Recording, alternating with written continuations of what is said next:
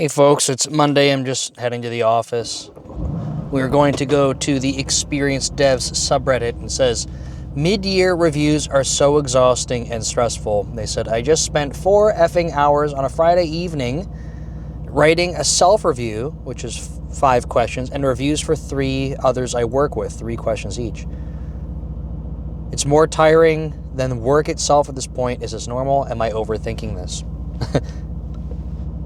Okay, so what was the amount of time? 4 hours on a Friday evening. So, for me, this is really relevant because I am doing reviews and stuff with people basically over the next few weeks, aside from the vacation I have coming up in a couple days. I have to do my own, so it's that time of year for me, at least, and my team. So feels very relevant to chat through this. So a friendly reminder, if you're new to the channel, you can leave comments below and ask questions, and I will try to answer them if they're on software engineering and career development. Otherwise, if you want to be kept anonymous and or write more detail, you can send a message into DevLeader on social media.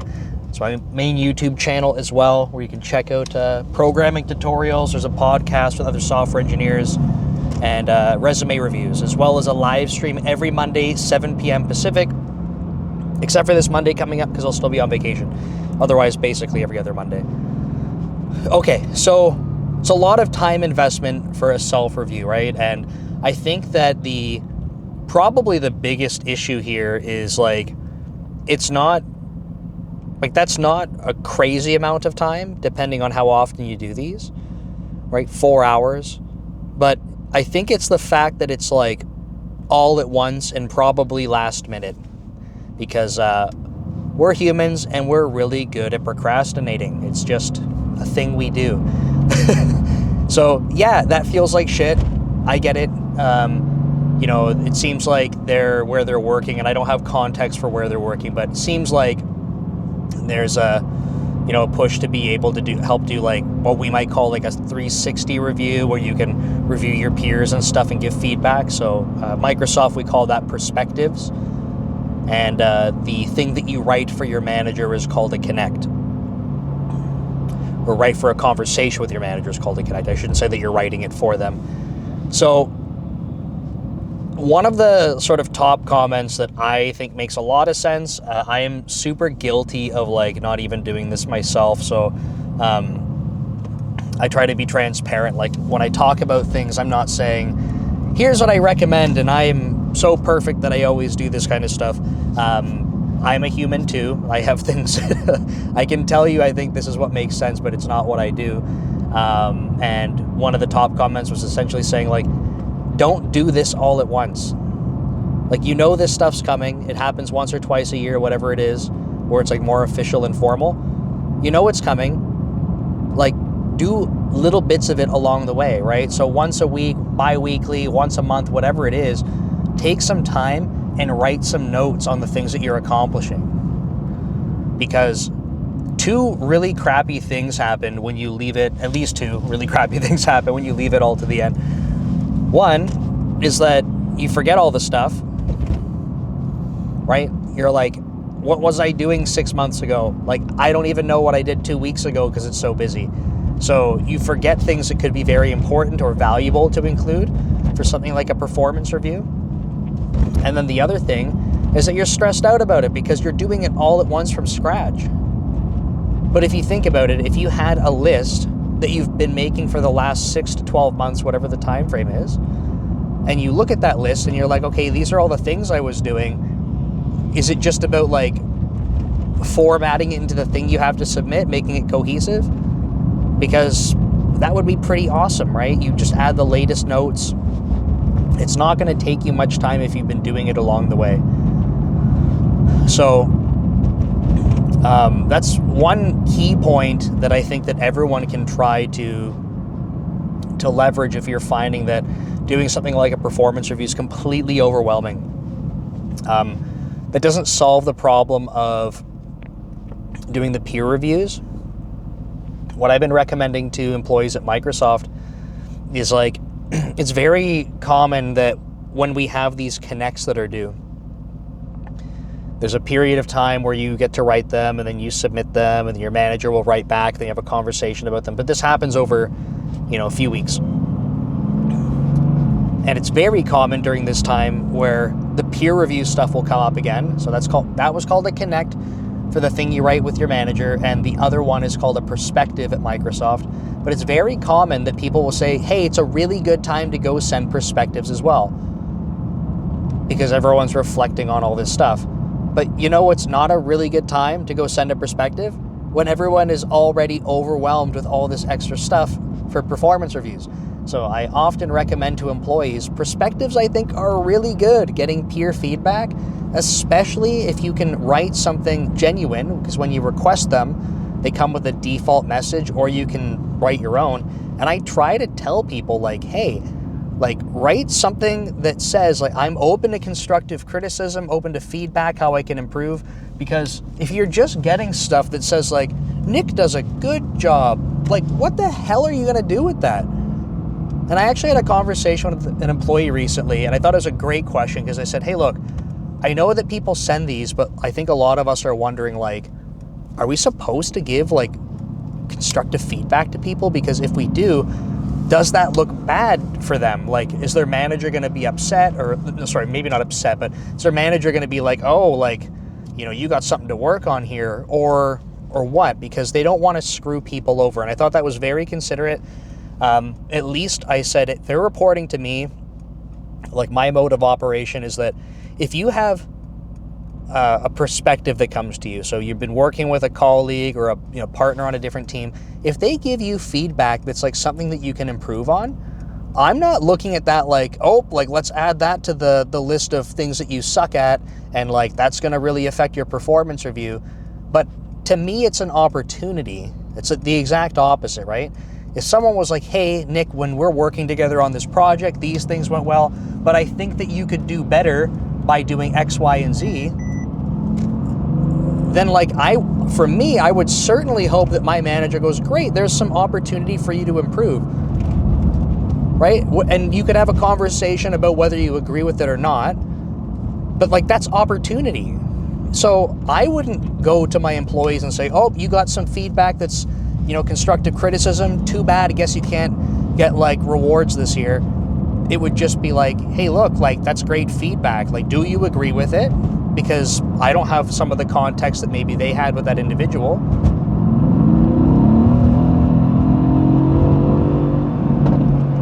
I need new tires, I think.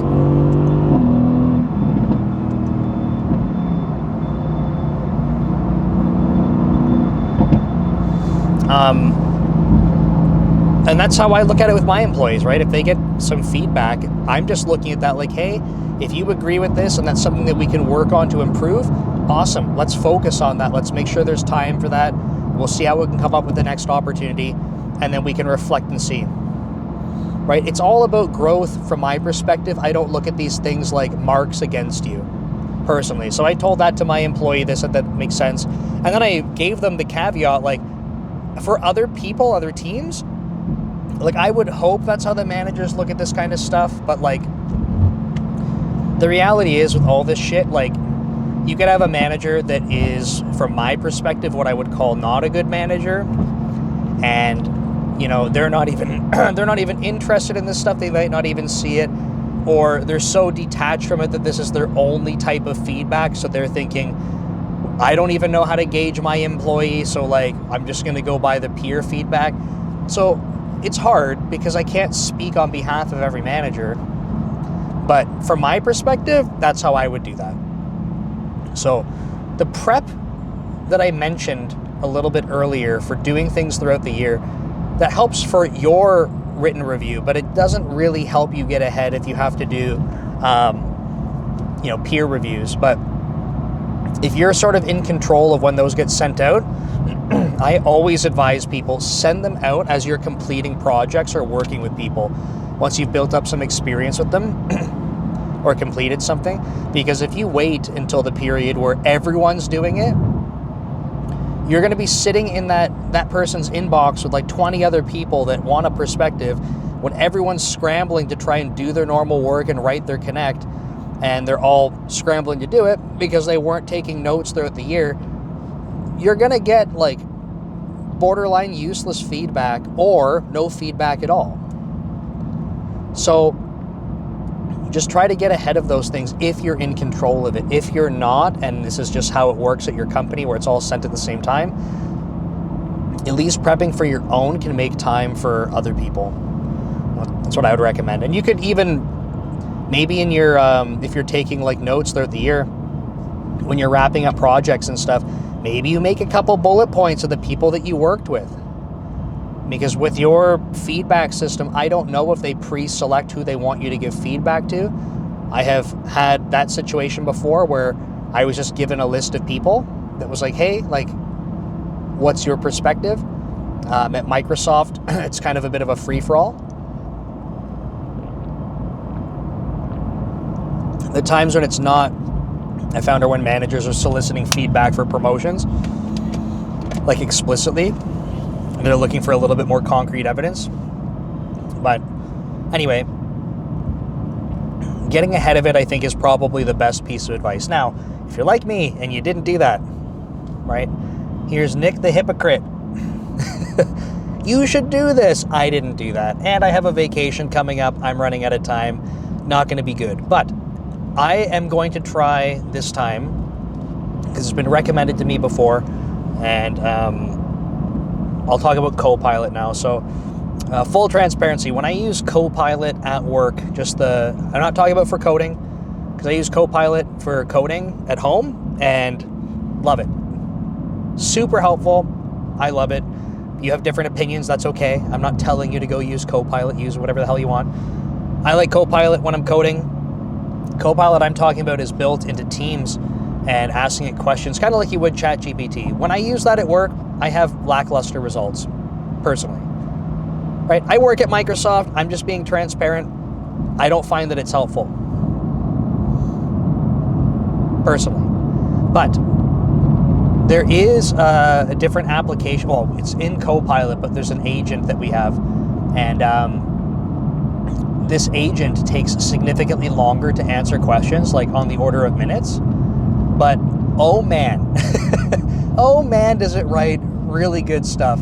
And it cites it. So like sometimes I'm reading stuff and I'm like, you know, that feeling when you're like, I don't know if I can even trust the AI anymore. Like it wrote some stuff and you're like, sounds good, but like, is it actually a fact? Like, I don't know. Did it just hallucinate half this paragraph? I don't know. And I'm like, this is important stuff. So like, I can't just rely on this blindly. And I would never recommend that anyone does. But because it's cited, I can go click on the citations and then go and like check myself. And again, if you're using AI tools that cite for you, like please go verify instead of trusting things blindly. So I haven't yet used that for writing my own performance review, but I plan to. I plan on saying over the last 6 months, I got to come up with a good prompt, I guess, but I just want to use it for getting the things that I probably missed. The last 6 months for me were primarily this one really big project. So there's going to be even parts of that I'm like, I don't remember doing that. It was 5 months long. So again, most of the last 6 months. Parts of it I'm going to forget. But then the other sort of fear I have is that I'm going to forget everything else that was outside of that. And I don't want that to happen. So I'm going to try using this agent we have to help with that. And honestly, however it writes it, I don't really care. Like if it writes bullet points or it writes paragraphs, because you can also give it some direction there, I'm probably just going to be, you know, dropping it in myself with the formatting I want. Now, I did talk to an employee that used this for the same purpose. And they were saying that when they were reviewing, it grabbed some answers that were for like some things that they worked on, apparently. They're like, some of those things like I didn't work on, but I happened to be in the conversation that it was like citing from. So it made an association. So at least for me, for how I plan to use it, I'm okay with that because I'm going to review it anyway, right? If it's like, oh, Nick worked on this thing, and I'm like, no, I didn't. I'm not gonna cry about it. Like, I'll just remove it because I just wanted to collect the ideas for me, because a lot of it I forgot, or I'm assuming that I have forgotten. It's like, you don't know what you don't know. So I plan on using Copilot for that purpose. The other thing I wanted to talk about too is, like, in terms of time being spent on this kind of stuff, right? This person was saying 4 hours to go write their own, to do other people's. Like, as an engineering manager, I don't know how many people I have reporting to me off the top of my head. It's like 11 to 13, somewhere in there. If I had to go spend, like, on my own, I go spend a couple hours, and then every other person, when I go respond to these, it's not one question or 3 questions like this person said. It's like I have to go respond to their entire thing that's similar to what I wrote. And generally how I do this is I will match the writing style that they're using up to a minimum, as low as a minimum threshold. So if someone's very brief, it's not a problem. I'm not using their Connect for, like, grading their writing. But if they write very brief, then I'll try to make sure that I'm at least writing more than that. If someone's very verbose, then I will try to match that, because I just want to make sure that if someone's putting in time and effort in a particular style, that I'm assuming it's because that's how they're thinking through things, and I would like to match it. But I think that some people overestimate how much, like, needs to go into the writing style and all of that, personally. Again, this might just be Nick as a manager thing, I don't know. But I think a lot of people are focused on, like, I have to go write these paragraphs, like, it's gotta be, like, I gotta tell a good convincing story.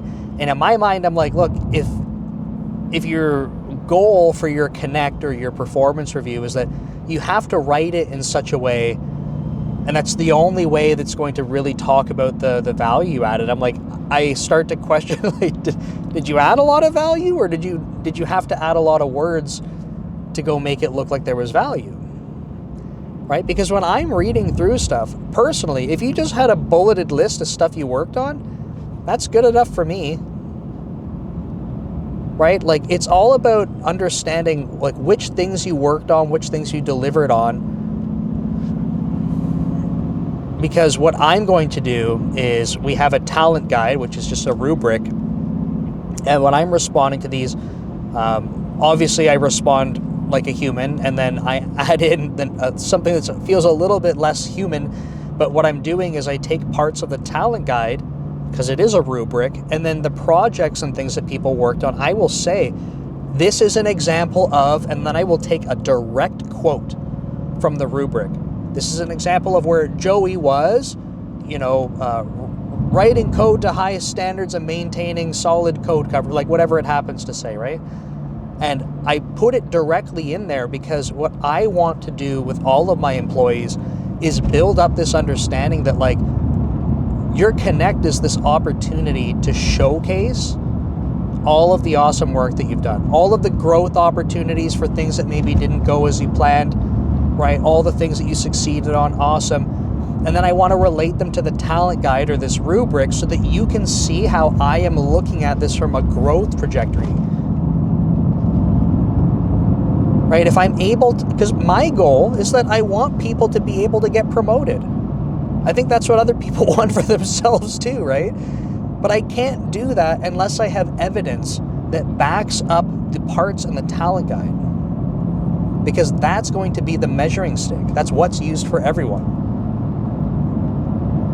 So this works, in my opinion, has worked very, very well up until what I would call, like, the principal level, which is my level at 65. That's the first level that you have in the principal band. I would say it works very well up until this point.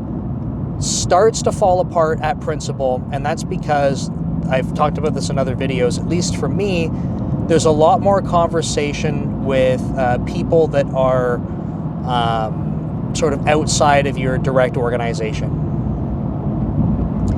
And the expectation is that the impact that you're having is visible enough to them And that's your ability to have impact outside of your direct group, right?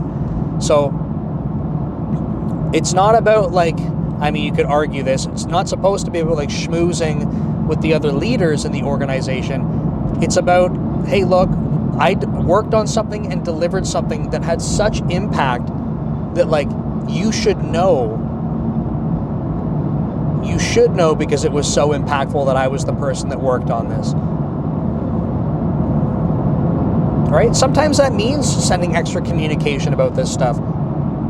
But people should know based on how big of an impact you had that you were the person responsible for that, not just your direct teammates. But that kind of thing is not really captured on the talent guide. So that's why I'm saying, at least for my case, at principal level, trying to go from 65 to 66, I find like that's a bit of a gap in the rubric. But point being that when it comes to how you're formatting stuff, I think that that's significantly less concern for me, right? If it's readable, if it's coherent, if you're able to talk about the stuff that you were responsible for and delivered on and some growth opportunities, I think that's good. Which reminds me, like, I don't know what your performance reviews are like where you work. I remember crafting sort of like a performance review template before Microsoft. We used it at Magnet Forensics, but I can't remember. I'm sure we must have included this because it's something that I think is really valuable. But we want to make sure that, like, yes, you have an opportunity to write down all the awesome things you did, but we should take the opportunity to reflect and find things that we can improve. And I think sometimes people get scared of this,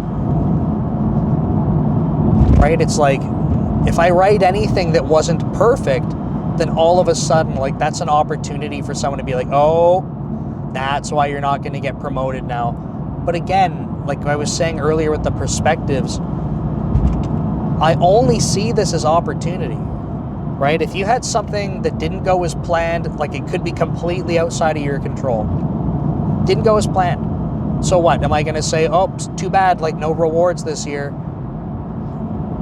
Or is it an opportunity for you to instead talk about it, reflect on it, and then say, hey, in this circumstance, what I learned from this is X, Y, and Z. So the next time this kind of thing happens, here's how I might change my behavior around it. Like, to me, that's super valuable. I need people to be able to do that to help grow, right? Because otherwise, if they're not reflecting, they're missing out on that kind of stuff. So again, my take on adding in things to your performance reviews, especially if there's a spot for it, like, don't be shy. Our Connect has changed a little bit over the past few years, like at least since I've been at Microsoft. There used to be a dedicated section that was talking about that. And I feel like now it's a little bit less clear cut maybe.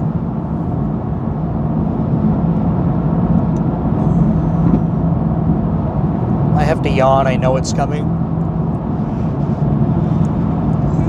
There it is. I knew it. What else from a time-saving perspective? So let's recap though, right? Time-saving, tip number 1 was try to do it incrementally throughout the year so it's not all at once. Tip number 2 was using AI tools for summarizing. I think that can help a lot. Tip number 3 is like the formatting part.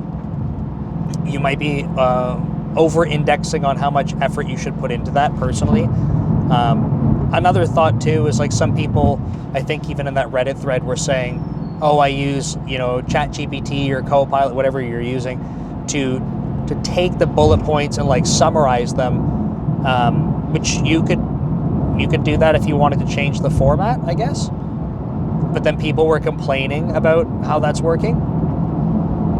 So like, oh, it wrote it, but it sounds too robotic, so like I have to go edit it anyway. Like, okay, then don't use it that way. I don't know what to tell you. Like, if you just made more work for yourself, don't do that, or prompt it more effectively. I don't have the answers for you there, but that's why I was saying the formatting might be something you're just over-indexing on in the first place. I think those are my 3 major time-saving tips. I